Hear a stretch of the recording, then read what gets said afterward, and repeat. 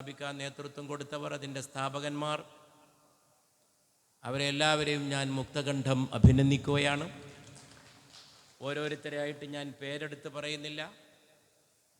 പേരെടുത്ത് പറഞ്ഞാൽ ഇവിടെ നിങ്ങളുടെ സംസ്ഥാന നേതാക്കൾ, ജില്ലാ നേതാക്കൾ എല്ലാവരും സന്നിഹിതരായിട്ടുള്ള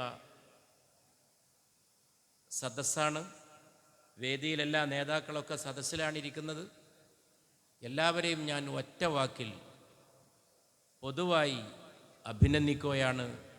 ഒരു കാരണം വേണമല്ലോ, ആ കാരണം തക്കതായ കാരണമാണ്. ഞാനതിവിടെ വിശദീകരിച്ചു.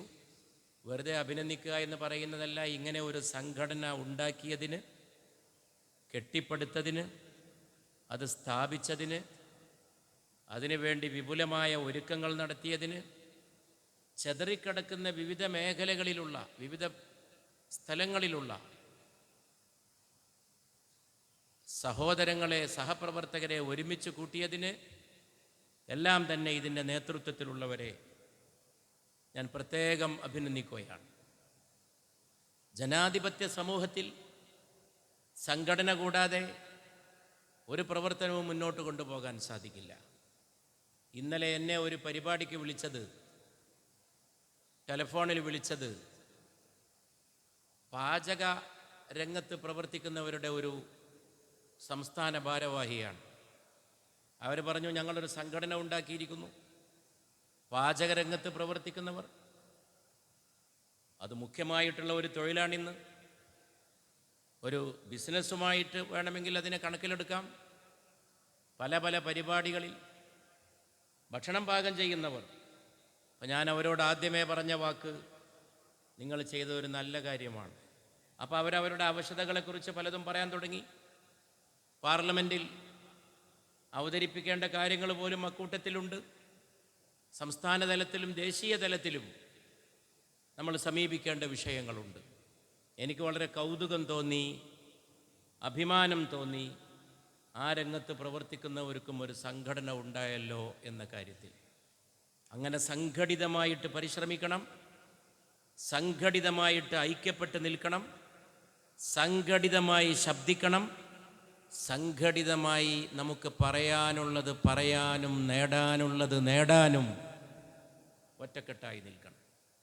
സംഘടന കൊണ്ടുണ്ടാകുന്ന ഏറ്റവും പ്രധാനപ്പെട്ട മറ്റൊരു ഗുണം, അത് സാമൂഹിക സേവനത്തിന് വഴിയൊരുക്കുന്നു എന്നുള്ളതാണ്.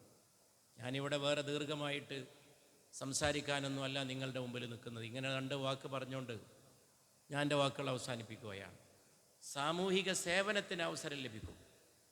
ഇപ്പോൾ കേരളത്തിലെ വ്യാപാരി വ്യവസായി ഏകോപന സമിതി അതുണ്ടായി വന്ന കാലം എനിക്ക് നല്ല ഓർമ്മയുണ്ട്. അതിൻ്റെ എത്രയോ ചടങ്ങുകളിൽ പങ്കെടുത്തിട്ടുള്ള ആളാണ് ഞാൻ. ഇപ്പം അവർ ചെയ്യുന്ന പ്രധാനപ്പെട്ട ഒരു കാര്യം, അവരെ കൂട്ടത്തിൽപ്പെട്ട ഒരാൾ പെട്ടെന്ന് മരണപ്പെട്ടാൽ ലക്ഷക്കണക്കിന് രൂപയുടെ സഹായമാണ് ആ കുടുംബത്തിന് നൽകുന്നത്. അത് ചെയ്യുന്ന എത്രയോ ചടങ്ങിൽ ഞാൻ പങ്കെടുത്തു. ഞാൻ തിരൂരിൽ പങ്കെടുത്തു, ഞാൻ എടപ്പാൾ ഭാഗത്ത് പങ്കെടുത്തു, ഞാൻ പുളിക്കൽ പങ്കെടുത്തു. ആ സംഘടനാ രംഗത്ത് പ്രവർത്തിക്കുന്ന ഒരാൾ പെട്ടെന്ന്, മനുഷ്യനിപ്പം മരിക്കാൻ കാരണമൊന്നും വേണ്ട, ഏത് രംഗത്തുള്ളവർ പെട്ടെന്ന് തിരോഭവിക്കുന്ന കാലമാണ്. ഇന്നാണെങ്കിൽ ചെറുപ്പക്കാർക്കിടയിൽ മരണനിരക്ക് വളരെ കൂടുതലാണ്. നിങ്ങളത് മനസ്സിലാക്കി കാണുമെന്ന് ഞാൻ വിശ്വസിക്കുന്നു. ഇന്നലെ 2 പിതാക്കന്മാരെയാണ് ഞാൻ വിളിച്ച് ആശ്വസിപ്പിച്ചത് ടെലിഫോണിൽ. 2 പിതാക്കന്മാരെ, 2 പേരുടെയും മക്കൾ മരണപ്പെട്ടതാണ്. മാതാപിതാക്കൾ ദീർഘായുസ്സോടുകൂടി ജീവിച്ചിരിക്കുമ്പോഴും മക്കൾ വളരെ ചെറുപ്പത്തിൽ മരണപ്പെട്ടു പോകുന്ന എത്രയോ സംഭവങ്ങൾ, പ്രത്യേകിച്ചും കോവിഡിന് ശേഷം നമ്മുടെ പരിസരങ്ങളിൽ നിന്ന്, നാടുകളിൽ നിന്ന് റിപ്പോർട്ട് ചെയ്യപ്പെടുന്നത്, അവിടെയൊക്കെ ഉണ്ടാകുന്നത് നിങ്ങളൊക്കെ ശ്രദ്ധിച്ചു കാണുമെന്ന് ഞാൻ വിശ്വസിക്കുന്നു. ഈ കഴിഞ്ഞതിന് തൊട്ടു മുമ്പുള്ള ലോക്സഭാ സമ്മേളനത്തിൽ ഈ ഉള്ളവൻ അവതരിപ്പിച്ച പ്രധാനപ്പെട്ടൊരു വിഷയം കൂടിയായിരുന്നു ഇത്.